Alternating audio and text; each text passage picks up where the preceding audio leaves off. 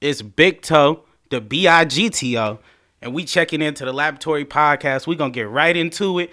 I know everybody been waiting on episode 1. Well, guess what? Episode 1 here. So let's get right off into it. Y'all done sent me in some polls. I dropped a couple polls. Y'all sent in some topics about what y'all wanted me to talk about. So y'all sent in some stuff. We gonna get right into it. I ain't gonna waste no time. But remember, whenever you click on this page, it's the BIGTO, the BIGTO. You feel me? That's always it. And spell it out when you say it too. It's the BIGTO. But anyway, we gonna get right into the lab. All right, so somebody sent in the first thing they wanted me to talk about is what made me want to start a podcast. To be honest, I sit back and I saw like Vlad TV interviewing people. I saw Jumper interviewing people. I saw a whole bunch of people just doing their thing, pushing their platform. And what you got to realize in life is nobody is better than anyone in this life. And it's if they can have an opinion, I can have an opinion too. And I got a lot of things I want to say, and I feel like I'm really misunderstood in my own community. People don't really know me. Some people at school, they know the school side of me. They don't know the silly side.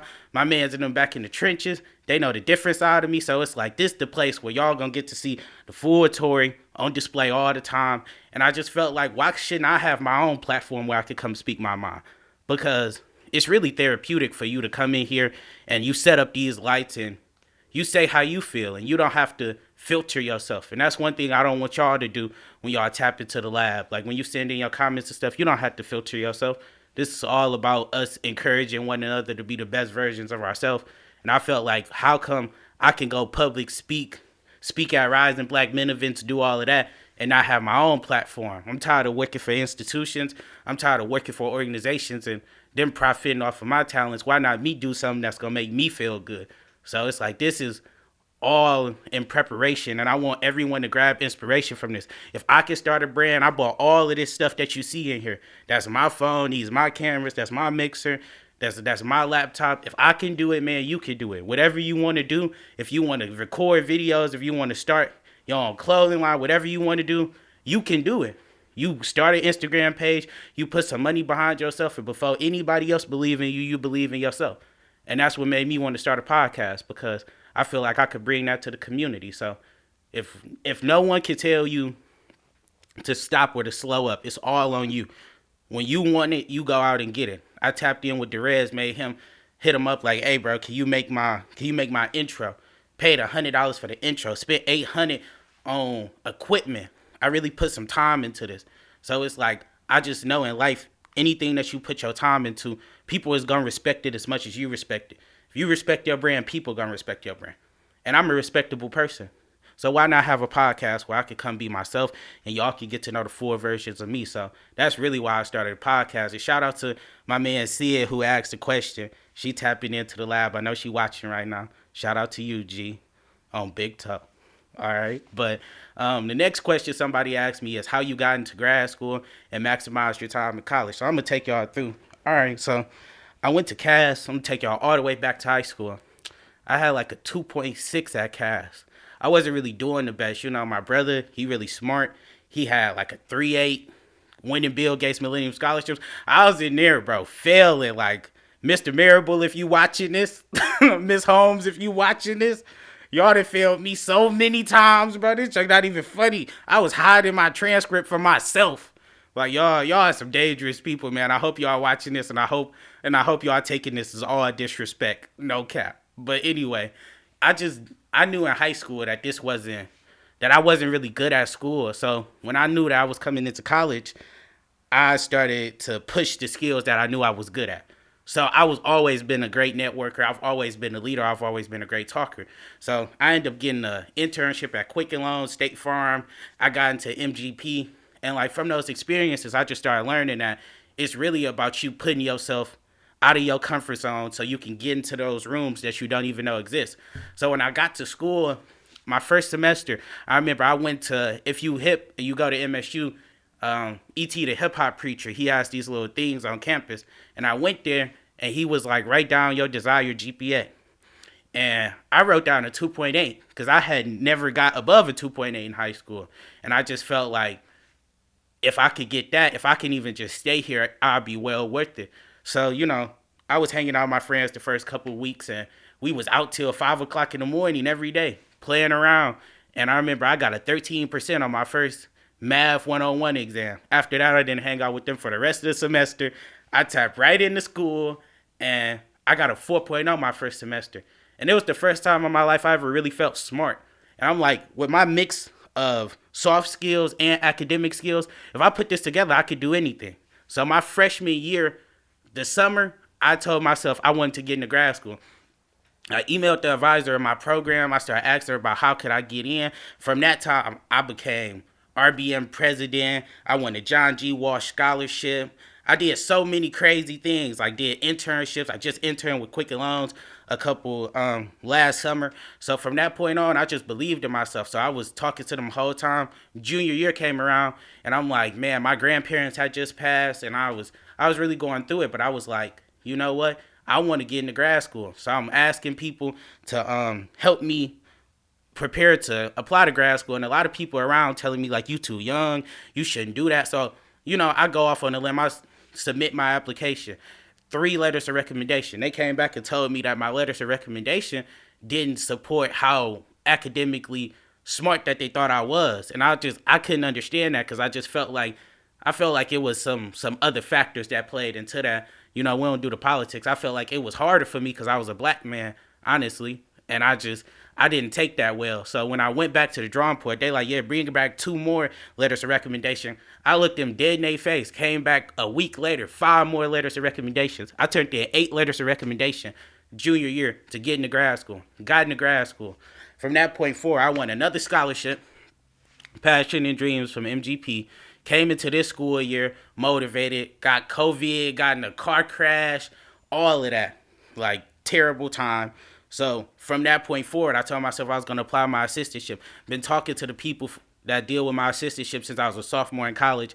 End up getting the assistantship. I'm so blessed. So now my whole college experience is paid for.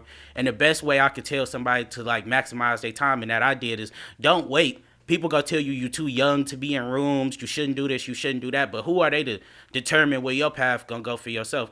You have to have vision. And this is just big in life. When it came to starting my own podcast, when it came to grad school, you got to have vision. You got to see stuff before other people see it. You got to believe it before other people believe it. When I was a kid, I had a seizure disorder. They told me I couldn't play sports. I was the captain of the basketball team.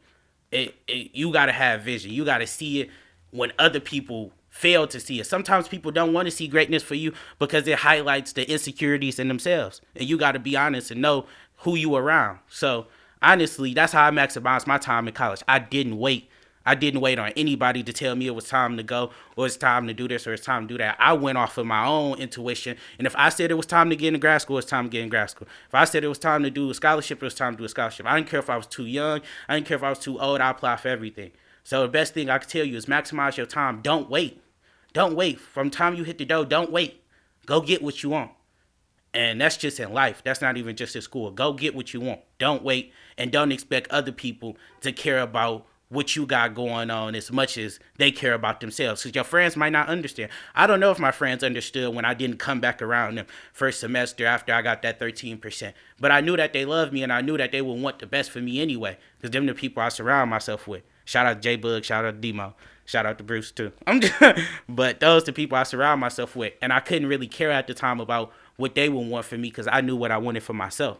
So that's how you got to be. You got to see it. You got to believe it before other people do. And just don't wait. And this is a huge mantra for this podcast. When you log into YouTube, when you log into Spotify, Apple, and you click on this podcast, we all about living and not existing. So we not just existing here, we living. So to fully live your life to the fullest, we need you to don't wait. Don't let your parents, don't let people tell you what you should do. Don't wait. Start living and stop existing. So we're going to hop right into financial tips because people want me to get into this. And it's crazy because it all connects into what I've been talking about this whole time I've been sitting here. To really be good at finance, you have to know yourself. So before you log onto social media, you want to look into investing, you want to look into doing this, you want to look into doing that. Take a risk assessment and really sit down with yourself and say, what type of person am I when it comes to investing, when it comes to budgeting? Because if you don't know yourself, you're going to try to go out here and copycat what everybody else does, and then it's not going to work for you. and you're gonna be confused. But it's because we're all different people. Maybe your friend can make 90,000 and they can spend 4,000 on rent and be cool with it, and they blood pressure not flowing at night, and they not sitting up there shaking scared that they're gonna lose their crib. You might be somebody who you can only sensibly pay $2,000 for your apartment because that's what makes you feel comfortable. So before you get into investing, before you get into budgeting or creating your financial plan, get to know yourself.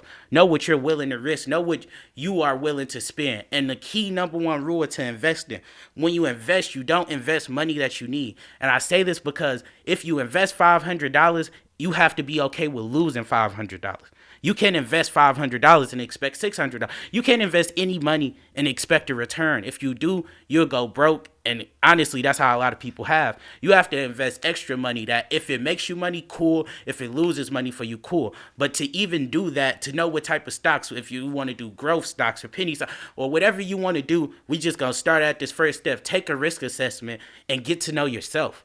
Because it's all connected. Mentally, physically, spiritually, financially. You have to know yourself before you can even start on that journey to become what you want to become or be the person that you want to be later on. Get to know yourself financially. Get to know what makes you alarmed, what makes you feel comfortable, how much you need to save to feel comfortable, what you need your life to look like for you to feel comfortable. It's not about doing things for everybody else. It's about doing things for you. So that's one thing I say. That's the financial tip I'm going to give y'all for today. And even in finance, you're living, not existing. Whatever makes you feel like you living. I'm not going to go out here and tell you, of course you shouldn't spend more than a third on your salary, a third of what you got coming in. You shouldn't live above your means. But if that's living and not existing for you, I can't tell you how to live your life. You live your life for you. When you come to this podcast, I'm going to give you some advice from my perspective. But by no means am I somebody who's a dictator who's telling you how you should move and how you should do things. And this is the only way. This is my opinion. So live and don't exist. Live and don't exist. So we gonna get into the silly topics now. Now somebody sent this in, and I know who sent it in, and I know you watching this. And John, if you are watching this, bro, I want you to say, you are the silliest nigga ever, bro. You sent in that you want me to talk about eating ass. All right, bro. Now listen, bro. BIGTO don't do these type of activities. I'm gonna just be honest with y'all, man. I'm not out here eating ass.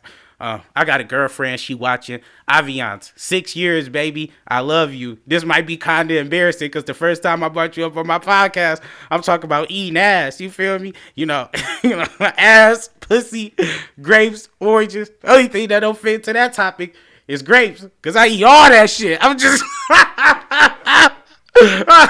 But no. It's funny because I remember being in the lunchroom as a kid, and bro, if you even said that you like thought about eating pussy or something, man, you would get flamed so hard. Like people would act like that was the nastiest thing in the world. You fast forward 4 or 5 years, we all out here licking litter box out here, doing everything nasty out here. So it's just crazy because, bro, that Janae Aiko song where she was like, eat the booty like that expanded my mind. Like, I didn't even know that was a thing. Like, me and my niggas didn't even know this was a thing. And to the butt munchers out there, bro, don't get offended. You feel? I'm not trying to offend you. If you a butt muncher and you watching this, bro, there's nothing wrong with being a butt muncher. Not eating random booty. Y'all some nasty niggas, man. Y'all are disgusting out there eating. But if you a butt muncher, please don't be offended. I'm just not one of you. I'm not part of that community. But my stance on it is do what you need to do to make your partner happy. If your partner like getting her ass ate, or he or she or whatever they identify as, if they like getting their ass ate and you want to eat their ass, that's your business. You feel me? I just know personally, if John, if you watching this, you gave me the most uncomfortable topic for my first episode, bro. I would not be taking no more suggestions for you, John. Unfollow the page and everything. But I'm just kidding.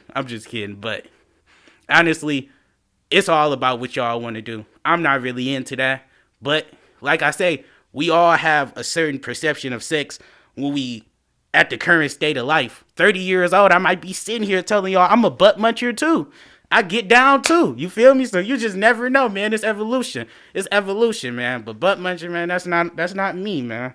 That's not me right now, man. But for all of my faithful and all my faithful black men, you know, I'm part of the association. If y'all out here eating ass, man, protect yourself. Whoever out here eating ass, make sure it's clean. You know what I'm saying? Just make sure it's clean. Y'all do y'all checks and stuff, bro. I'm just letting y'all know, man. BIGTO not part of that. I'm not a part of that. I'm not a part of that community, man. I'm sorry if I offended some people. Actually, I'm not sorry because this is the Laboratory Podcast, and I'm gonna say what I want to say here. I'm unfiltered. Do y'all know that? I'm not sitting here to please you. I'm sitting here, I'm trying to provide some entertainment and some insight for you, but I will never change my opinion. Now, if I learn something, I'm willing to say I was wrong, but I'm not going to sit here and filter myself. I got to filter myself at school. I got to filter myself for certain space. I will not filter myself on my own platform. So if you was watching this, I want you to know that. Please take that to heart. I'm not going to filter myself on the lab because this is the lab and this is the place where we live and we don't exist. So let's go into current events. Now, listen, man. Y'all always getting me into some drama. And it's crazy because it's only one episode. But I just know this is going to happen for the rest of life. Because y'all that know me, y'all know how I feel about certain situations. But I will tell y'all right now, we don't disrespect black women on this podcast. So we not going to get on here and talk about anybody appearances and their looks. We talk about actions. So we going to talk about the actions that this person did. And I'm not the person who comes spilling the tea. You're not going to get no screenshots on the screen. This segment is actually called If You Know, You Know. Because coming to this segment already knowing I'm going to send these topics out and y'all going to know what we talking about. Because I'm not the police and I'm not going to be pulling up screenshots and putting indictments on people. That's not how BIGTO get down. But we going to talk about surviving Detroit Flower Co. Okay, so I was on Twitter, man. Y'all some dangerous people. All right, so I'm looking, and I see it's a discrepancy about an employee that left the company who felt like they were mistreated and certain things that the Detroit Flower Co. girl. I'm going to say the Detroit Flower Co. girl because I don't put, like I'm saying, I'm not out here putting cases on people. I'm not saying names or none of that. But the owner of Detroit Flower Co., she was verbally abusing some of her employees. And to that, I have to say that I understand that she's young. She's running a really big business, and she's getting a lot of accolades. But one thing I can tell you is that we all are one current event or one ass whooping. One ass whooping or one mishap in life from being humble. And no matter if you got 10 million, 10,000, $10, or 10 cents in your pocket, you got to remain humble. No matter if no matter if you're an employee or an employer, you got to remain humble. And I feel like this is just a situation that she should learn from, that's showing her, hey, if you don't fix your act, one day you're going to be somebody's employee again. And would you want somebody to treat you like that? What if your friends pulled up at your house and showed you the text messages that you sent to them? That they boss, like if somebody else was their boss, if y'all following me. What would you say? Wouldn't you sit there and be like, dang, girl, she tripping. She doing too much. That's not professional. You got to look at it like that. And you got to look at it as you got a gift. You a black woman. You got a black business. And you got black women and black people working for you. And in all of these spaces and institutions, sometimes we working for white people and they can't even understand us. So if it's any place that black women and black men should be able to go work for where they going to feel respected, is black business. And you got to respect these people. Because these are the people who, when you out here accepting awards, they at the shop working. They want to help your dream come true. Jaden and Bruce sitting in this room right now because they trying to help my dream come true of being the best podcast and getting what I want to get. I could never disrespect them. Matter of fact, shout out to Bruce and Jaden for coming through and helping me. And that's the truth. You got to respect the people that help you in your platform. You might feel like you could do flowers better, or they could do this better, or they could do that better, but they trying. They trying to help you in your business grow. All I'm going to tell you is if you listening to this is not to bash you. This is open up your eyes to your opportunity. That's what I'm saying. When you can't get when you can't get excited about your reality, you get excited about your opportunity. And your reality right now is that people aren't liking you. They bashing you, calling you all different types of names on Instagram and Twitter. And you can either live in that reality and bask in that negativity, or you can live with the opportunity you have to change and to help other black women grow and inspire other people. So when you watching this, if this even gets to you, just know you got an opportunity to overcome your reality. But it's all on you and it's all in your mind. Inspire more people. Put more out there instead of sitting here disrespecting people. And that's all I can say to you. And I'm hoping that you bounce back from this. And I'll even still support later on. But I would be lying if I say, as a consumer, I'm not watching your next moves. That's going to tell us a lot. So a lot of people is going to watch what you do next. And I don't know if I'm going to be sitting here buying more flowers if I can't see that you respecting your peoples. So if anything, I would tell you, respect your peoples, and like, just understand as consumers, when people buy your brand, they buy into the everybody has a right to an opinion, but when they really spending money, like I spent $200 on some flowers, I spent $10 on Kroger flowers. But just because you own the business, I spent $200 on some flowers for my girlfriend. And I feel like if I'm willing to spend money with you just to support your business, I think you should be willing to show people respect. So I hope that you come back from this and that you bounce back. But yeah, just learn from this experience. I don't want you to feel down or anything. And this isn't a place where on the lab that we gonna bash you. That's not what's about to happen. And I just hope you know that coming from us. But we cover topics here. You might not come here and hear what you like, but it's never malicious or personal. And I would never sit here cracking jokes and about a black woman's appearance on this podcast for some laughs. I laugh about certain situations and stuff because I'm not perfect either. But at the same time, I'm not going to sit here and crack a whole bunch of jokes about you. So I hope you listen to this and you learn something from it. But now we going to cover the Durk and YB beef.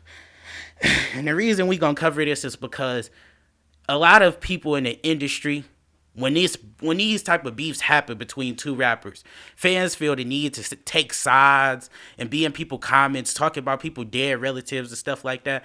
And I don't like the way that it makes us look as a people. Because at the same time, these people have problems. But as fans, we don't have to pick sides or instigate the beef because we don't deal with the ramifications of the actions of what comes behind that stuff.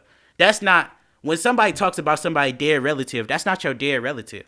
You don't know how it felt when they lost them. So why would you be in comments and inciting the beef more, trying to stir the pot? Now, do I agree with them beefing? I can't tell another man what he should be able to, what he's willing to defend and what he shouldn't be willing to defend. If you feel like you want to beef with somebody, go ahead. But what I can tell the fans is, don't champion people to go out here and beef with each other and kill each other and then be in the comment section saying people dumb when they do it. Like, y'all literally trick people out of the streets and y'all over here like, oh, you still ain't slid for Von, Durk. Like, why is that your business, bro? That man then lost countless relatives and friends and everything, and you over here judging this man in his comment section, talking about somebody you know nothing about. Some of y'all fans, I walk around. I was literally in Fairlane Mall and saw somebody with a fitted hat on that said V-Roy on the side. Y'all don't even know these people. Like, you don't even know King Von, and you walking around like with that on your hat. Now, I understand you being a fan, bro, but you don't have to take on the personal beefs, man. Y'all don't have to. Look, it's a song. It's some music. That's what it should be to y'all. It shouldn't be nothing realer than that because y'all not going to get out there and defend nobody, and y'all not going to get out there, and this is not y'all family. Like, just I would say, don't incite the beef. Durk and YoungBoy, if this is what y'all want to do, go ahead and do it. I'm not going to tell y'all what y'all should do. I wish it would stop. I wish it could come to an end and y'all could talk stuff out. But when bloodshed between people, there's no way you can tell people to calm down. If somebody lost a friend or something to a beef, it's hard to tell people to calm down. So I'm praying for y'all. I hope that nobody gets hurt and the better outcomes prevail. But for the fans, bro, don't incite beef and then be mad when y'all see people like actually buying into the beef and doing more stuff. Don't incite beef. Listen to the music if you like a rapper more or you don't like a rapper more, bro. That's your opinion, bro. But all of that personal stuff, just don't do that, man. That's not good. That's not good. But we gonna get into should Devin Booker be MVP. In my estimation, now look, D-Book, he cool, bro. He real cool. And like the Phoenix Suns is real good. But I do not think Devin Booker should be MVP. And the reason I don't think Devin Booker should be MVP is simple. Because it really should be KD. It's really simple. Because I love KD. I just don't feel like, I feel like Devin Booker, I feel like this isn't the season for him to win MVP. I feel like next season is the season to win MVP. Because when I watch Suns games, I'll check the box score, and Devin Booker and scored a lot of points. But it's like that command of taking over a game that I feel like D Book's still a little timid. And I feel like he could get a little bit better when controlling the pace of the game and also just taking over when he see fit. And I feel like that's why the Suns, it's going to be really telling. If D Book is aggressive and he wants to go out and, shake people up and do what he want to do on the court in the playoffs, they could possibly win the championship, but they could also lose if he's too passive. So I feel like he's still learning to pick his spots. And I feel like next season is going to be the season where he going to go out there and he going to get 30 a night, and it's going to be an impactful 30. And we going to sit there and say, dang, D-Book is really cold. But I just feel like he's still learning. He's still learning. He's still picking his spots. And that's okay because he got a dog next to him, Chris Paul, who going to teach him the ropes, who going to tell him what to do, who tell him when it's time to give and go. You feel me? But at the same time, I feel like he one season away from the MVP. He one season away. Joel Embiid is having a very great year. He is. It's a couple NBA players having a very great year. So, you just got to look into that. But D-Book, if you watching this, bro, BIGTO mess with you, man. BIGTO mess with you. You just not MVP this season. But, one thing that you would never be, D-Book, one thing that you would never be is Kevin Durant. That's what I want you to know, D-Book. If you gonna take anything from this, the only thing you would never be, D-Book, is Kevin Durant. And that might be good for you, but you would never be KD. That's just home. That's just on big toe. You feel me? But now we want to talk about, why do people really want to ask me about this? I rock Yeezys, bro. I'm not a fan of Cuz like that though. I'm just gonna be honest. But people want to know, is Ye tripping? And I can't tell a man that he tripping for going out and fighting for his family or doing what he see fit as far as pursuing his relationship with his wife. Because who am I to tell him that he should just give up on a relationship? Now, I do think that he does some stuff that is, that's not cool to do. Yeah, he takes stuff to social media, but she also takes stuff to social media. My only problem with Ye is his circle. I feel like Ye don't got great friends. I feel like Ye should have some friends that would tell him, hey, bro, you might be tripping a little bit. And I feel like I got those friends in my life. Shout out to Jaden. Shout out to Darius. Shout out to Bruce. Shout out to my big brother Trey. Shout out to Sydney. Shout out to Kara. My baby. Shout out to Aviance. I can always talk to all of them. And I save Aviance last because you always save the best for last. Shout out to you, baby. Shout out to you. I know you're watching this. I know you're watching this. I know you're watching this. I know you're watching this. You feel me? But me, yeah, so dang, I done lost my spot. I done got to think about my girlfriend in here. Y'all got me losing my spot. But yeah, I feel like you got to have friends that tell you when you doing wrong.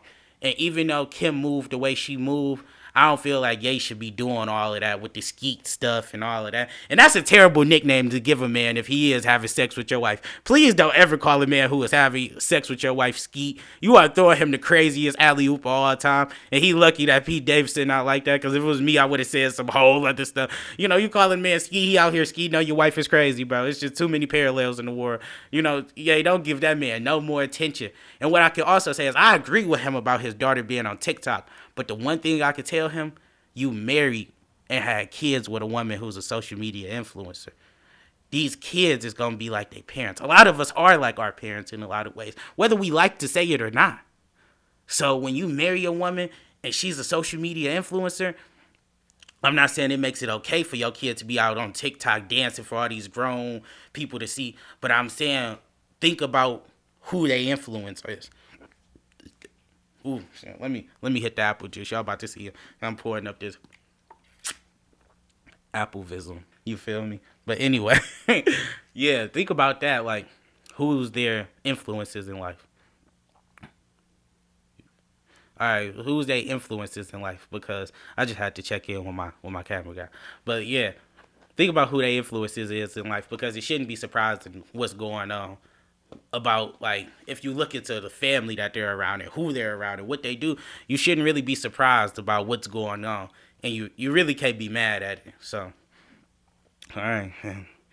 Sadly, man, we getting down to one of the last topics, man. Y'all wanted to talk about, y'all wanted me to talk about Will Smith smacking this shit out of Chris Rock, and that's crazy because Chris got rocked, and everybody hates Chris because Chris really got rocked out there. That's bad, but. One thing I can tell y'all is, okay, this is how I look at the situation. For 2 years, Chris Rock Nah, not Chris Rock. He the butt of every joke. Nah, he just got the shit smacked out on TV. But Will Smith been the butt of every joke. They crack jokes about the entanglement. They crack jokes about August Alsina. They crack jokes about his. They talk about his kids being weird. Y'all say a lot about this man. And to be honest, I just feel like this is the one time somebody tried to say something in his face. When you get on social media, man, sometimes you don't even realize a lot of this stuff isn't real. Like, it's not. People say stuff behind their cameras and behind their phone screens they never say to your face. And maybe Will Smith made a vow to himself that the next time, the time that somebody try to disrespect him in his face, he gonna do something about it. Now, do I think it's right for him to go out on stage and smack a man on stage? No. But I can't tell him how he should defend himself. Because at the end of the day, people say stuff about you all the time. And it's very, and some of us choose to be the bigger people and not to respond. But sometimes it get to be too much. And I understand everybody's a person. Like I said before, whether you got 10 million or 10 cents in your pocket, you a person. And Will Smith is a person. So at some point, he got fed up. And the one thing I can say that I don't think enough people are talking about, Chris Rock. Just listen to me, brother, real quick. I don't mean this to be disrespectful in no way. But you probably got 2 or 3 minutes up there because you presenting an award. You're not even hosting the show. Chris Rock, it's a million white people in the crowd. Why do you got to go up there and talk about the 2 black people in the front, bro? You know people pick on Will Smith all day, bro. Why do you got to take time to try to embarrass this man even more, bro? Like, why, bro? Like, what did you think you was going to get out of that? Like, that's not cool. Now, should he have smacked you? No, but it's a million people in the building. Why you go up there and you try to pick with bro? And I don't like that. And to the people out here that saying it's embarrassing as people because of the appeal we want to have to white people, it's embarrassing that it happened because of the way it makes black people look to black people, not the way it makes black people look to white people. We shouldn't, and I'm going to say this for myself, I don't look for white acceptance. Now, do I want a corporate job? Do I do certain stuff so we can secure the bag? Yes. But at the same time, we can't look for white people to understand black people because if they did, they would have never enslaved us. White people are always going to look at us a certain way. And it's true. Anytime we do something, whether we wear our jeans a certain way, whether we wear our hair or anything a certain way, they're going to look at us as animalistic and barbaric. And they always go find an excuse to do it. So I don't feel like Will Smith, if you would smack a man in front of a black man, don't not smack him because it's a white man in the room. Like, we can't look for white acceptance because white people are never going to understand black people. We shouldn't even put stake in their awards because it's all politics behind it. It's all about who can we go there and be on our best behavior. Why can't we just go there and be ourselves? They're themselves. White people are barbaric too. It's aggressive white people just like it's aggressive black people.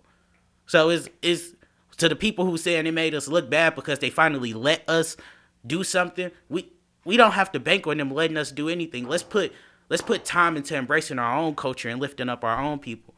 White acceptance might not ever come. And I don't want to die in this world living my life to appeal to white people all of my life and not living my life for myself. I embrace my people. I give my people flowers on this podcast. And I'm not sitting here looking for white acceptance. Even if I get big, I get 1 million followers, 1 million subscribers, $1 million. If I never hosted BET Awards, I'd be good. If I never hosted Grammys, I'd be good. If I never do certain things because I'm not willing to sacrifice integrity for them, I'll be good. I'm always going to be TORY. And I'm always going to be BIGTO. And that's what you got to know. So Will Smith, I'm not going to tell you you're right. I'm not going to tell you you're wrong either. One thing I can tell you is I understand you being a person and being fed up. And Chris Rock, I understand you sitting up there and saying, I'm a comedian and nobody should smack me on stage. But also, to that, I have to say, Chris Rock, if you want to be unfiltered and you want to be uncompromised, you got to take what come with that, bro. You can't say, I want to be unfiltered and uncompromised and everybody around should just accept what I say and like it. People aren't. So if you're going to be unfiltered, bro, you gotta deal with the fact that people not going to like it. I have to deal with the fact that some people going to watch this episode and they're not going to like some stuff that I said. But it's life. And if somebody hits you, you could have hit him back if you wanted to. Like, you would have been totally justified. So I hope the situation blow over. I hope one thing I do think Will should learn from this, though, is when something happens, check it the first time. Don't let it get to the 17th or the 72nd time and then you want to check it. Because if you told people not to disrespect you from the door and that you wasn't going for on social media, I bet you these jokes would have died a long time ago. But when you let stuff build up and you let stuff fester, even if we want to be the bigger people in our life, you got to control your own narrative. So the one thing I tell you, Will, is don't let it get to the 72nd time somebody trying to disrespect you, bro. Next time somebody disrespect you the first time and you take offense to it, I'm not saying just random fans and stuff, but on that type of level where they was when the August Alsina and the entanglement, bro, check that junk at the door. So you don't have to build up all of this hate in your heart and go out and smack somebody on national television. Nah, that's the woke side of me. I laugh hard as shit when he smacked the shit out of that nigga. I'm not gonna lie. I laughed so hard. I couldn't believe it, man. He smacked him, and then the guy literally said, "Oh my God, Will Smith just came up here and smacked the shit out of me." That was so awkward, bro. Like, I was dying over here. I'm like, damn, gang, they got up there and they didn't put the whoop, whap, boop, bam on cuz. Like, that's crazy. That's crazy. They didn't put it on him. They didn't put it on him for real. They didn't put the squat on cuz, man. I ain't gonna lie, Chris Rock. You need some hitters, man. He should have did that junk and been getting stumped out in the parking lot. Now, look, y'all, this the unwoke side of me. I'm just joking now. Listen to the stuff I said before. This just jokes. But dang, Chris Rock. Chris, you got rocked up there on me. That's crazy. You shouldn't have went down like that, bro. It wasn't even a down goes Frazier moment, bro. It was just dang, that junk was hard to see, man. He smacked you and my heart jumped into my stomach. I just felt disrespected as a man I felt disrespected that he smacked you the way he smacked you. You know what I'm saying? That's crazy, bro. But yeah, so this been the first episode of Laboratory Podcast. It's a couple people I want to thank. Thank you to Aviance, Trey, Bruce, Darius, Jaden, bye-bye, J-Bud, Momo, Marshawn, if you're watching this, check in. Thank you to Armani. Thank you to Derez. Thank you to everybody who has believed in my platform. People who have reposted me, Michaela, all types of people. Like, I appreciate all of y'all for tuning in. I'm going to do this more. I'm going to put this on a couple different platforms. So YouTube, Apple, Spotify. Try to get it on Amazon Podcasts as well. I'm still figuring that out. But one thing I can say is I appreciate all of y'all for checking in, man. This the lab, man. When I send the polls out, man, y'all see I actually listen to my fans. So send some stuff in. Give me some stuff to talk about. You feel me? Show some love. Because that's what we here to do. We here to show love. We here to live. We not here to exist. So show love, man. Send some stuff into BIGTO. And like I said, bro, I'm a normal person. If you want to talk, if you want to chop it up, hit me up. I'm just like y'all, man. And I love all of y'all, and I'm so thankful for y'all checking into my podcast. I really had a great time, and, like, I just want y'all all to know that I appreciate y'all. This is big news, too. I might have some merch dropping at the beginning of summer. It's going to be real limited. Yeah, when I say limited, limited, like limited, like limited, like limited, like limited, like limited, like limited. So if you really want to be a supporter, man, make sure you just pay attention. I'm gonna let y'all know when it drop, but just stay tuned and embrace BIGTO, man. Come back to the lab next week. We gonna do more stuff. The first video that's gonna drop is this full video, and then every day is gonna be chopped down pieces of the video dropping on YouTube. This gonna be on Spotify in the full version, and Apple in the full version. You know, all the different platforms. But man, y'all check in the BIGTO. This the laboratory, and you don't ever forget you could be everything in the world, but you could never be BIGTO. And that's me. I'm out.